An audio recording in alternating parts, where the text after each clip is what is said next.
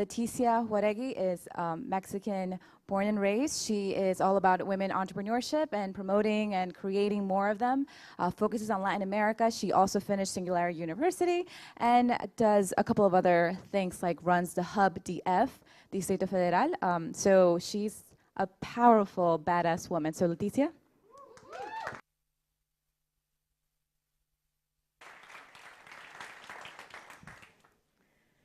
Hi. So I'm here to talk about women entrepreneurs.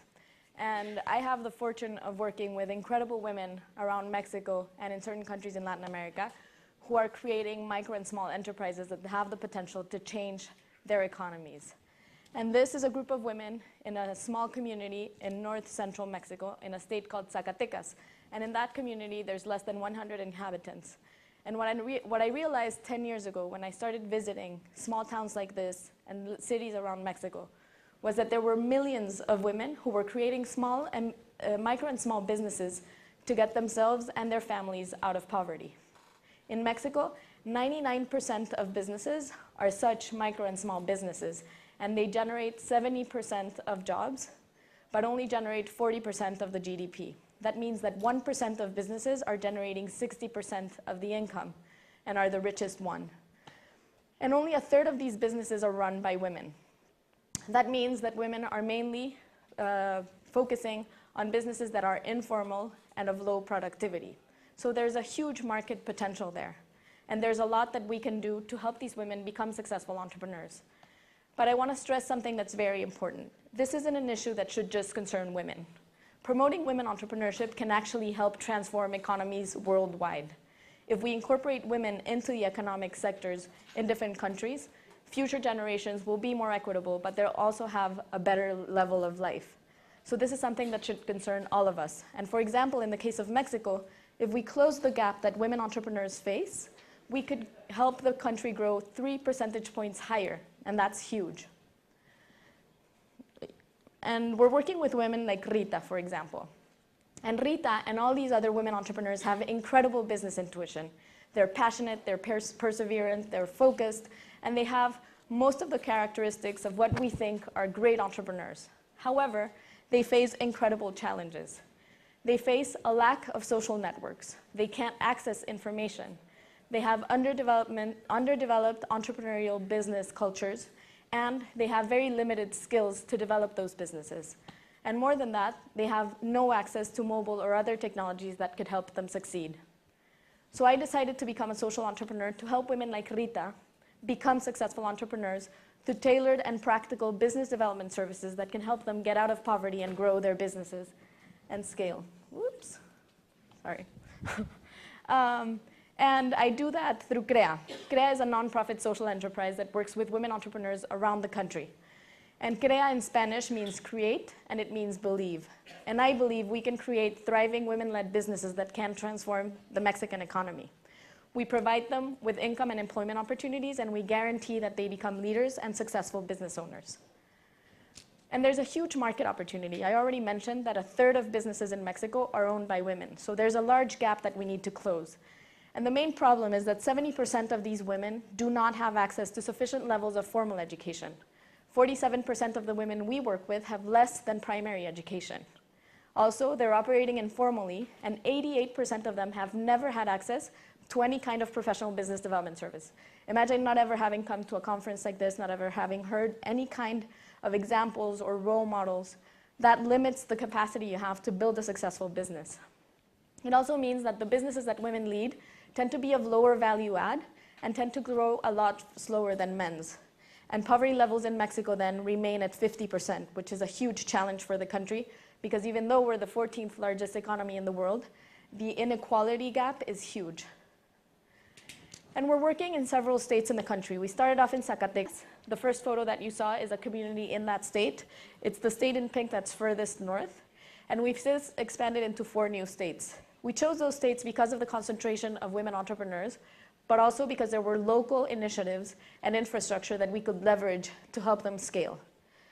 We're now partnering with the Mexican government, with Google, and with Banorte, the largest Mexican bank, to expand our services in the next 5 years to the whole country, to 32 states, to be able to provide these services to hundreds of thousands of women around the countries. And we provide 3 main services. First, business training. Why? Because the women wanted to learn what type of tools they needed to run their day-to-day operations more effectively. They wanted to understand what they needed because they had that intuition, but they didn't understand what were the steps they needed to take in order to succeed.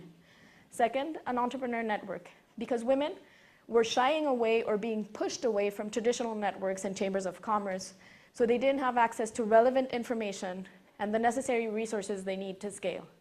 And third, business consulting to make sure that the businesses that have the highest potential to scale and detonate larger local economies had the power to do so. So I'll now tell you 3 stories around each of these services. These are the women of La Luz. They have a small business that produces sewn products and household goods like that little baby blanket. And they started many years ago independently, all working within their homes while helping their children, while helping their families. And they're from a community in Zacatecas that traditionally has seen men emigrate to the United States and women stay behind to take care of the elderly and the children. So they didn't have a lot of opportunities to conduct economic activities, and it wasn't perceived as something that women should be doing. However, they wanted to make sure they created a business that could take their family out of poverty, and they have done that. We helped them and provided them with business skills around accounting, for example, marketing, sales, and how to improve their sewing techniques. And they're now selling their products all around their region and across the state. They've also created 10 formal jobs for the women you see in the picture and for others, and have become an example for men and women in their communities. They're showing women in future generations that their role can be different, that they can actually participate in the local economies and be leaders for their household, for their community, and for their country. And more than that, they're providing livelihoods for 43 people who are getting out of poverty in the short term. These are the women of Santiaguillo.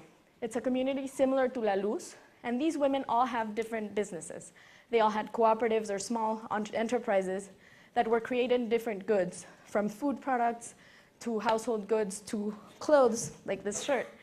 And they wanted to connect with other women. They wanted to learn what other women were doing. And what they found is that the world is not a zero-sum game. That if they collaborate, they can all be better off. And that if one woman is doing better, they're not going to do worse. On the contrary, they're all going to do better. They also were able to connect and relate to role models and become role models themselves. And they've become an example for men as well, and for Mexican migrants in the US who have become mentors for them and are helping them scale their businesses. And this is Maria Zenobia from Jerez. She has a salsa business that she started a few years ago.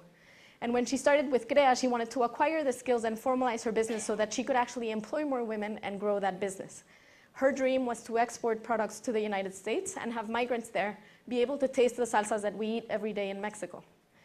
And we provided her with basic business skills, but we also helped her go from having no formal accounting registry of anything she did to having offline records that helped her track her income, her expenditures, and her profits, to now having bought a computer and having online tools and software that can track her sales and her progress and help her grow. She now has 2 employees and works with her husband, who now sees that they can grow the business together as equals. And this wouldn't have been capable, they wouldn't have thought this was possible 2 years ago. So this is already transforming her life and the life of her daughters, who will take on that business in the future. So we've tracked our impacts very rigorously, and I think we're starting a small revolution. We're working with Stanford University, and we've seen that we've worked with 1,500 women and have helped them turn their businesses into profitable businesses. We've helped them increase their weekly profits by 45%, their number of clients by 35%. 88% of the women we work with now have formal accounting systems, up from less than 5% when we started. And they're becoming active decision makers and leaders in their communities. We're clearly showing that the local ecosystems of entrepreneurship and the culture can change, and that future women can participate in these markets. And we're also changing barriers. We're helping women transform the way they approach the economy and participate in sectors where traditionally women could not act. This is Victoria, and she's the president of a cooperative that does cinder blocks. It's those little gray blocks that you see in the construction behind them. And traditionally, women do not participate in the construction sector. So this was very important for her, and she wanted to create a business where men and women could collaborate and work directly. And the men now respect her, they follow her, and they admire her. And she's become a strong leader in her community, showing that women don't just have to participate in traditional businesses. They can also participate in the construction sector. They can participate in technology sectors. They can do a lot of things that weren't possible before. And we want to help make sure that happens. So I'm very lucky and I'm very happy. I'm very lucky because I get to be challenged and inspired by all these women every day. And I'm very happy because I've been able to grow as an entrepreneur alongside them. When I started, I had no idea what making a business entailed.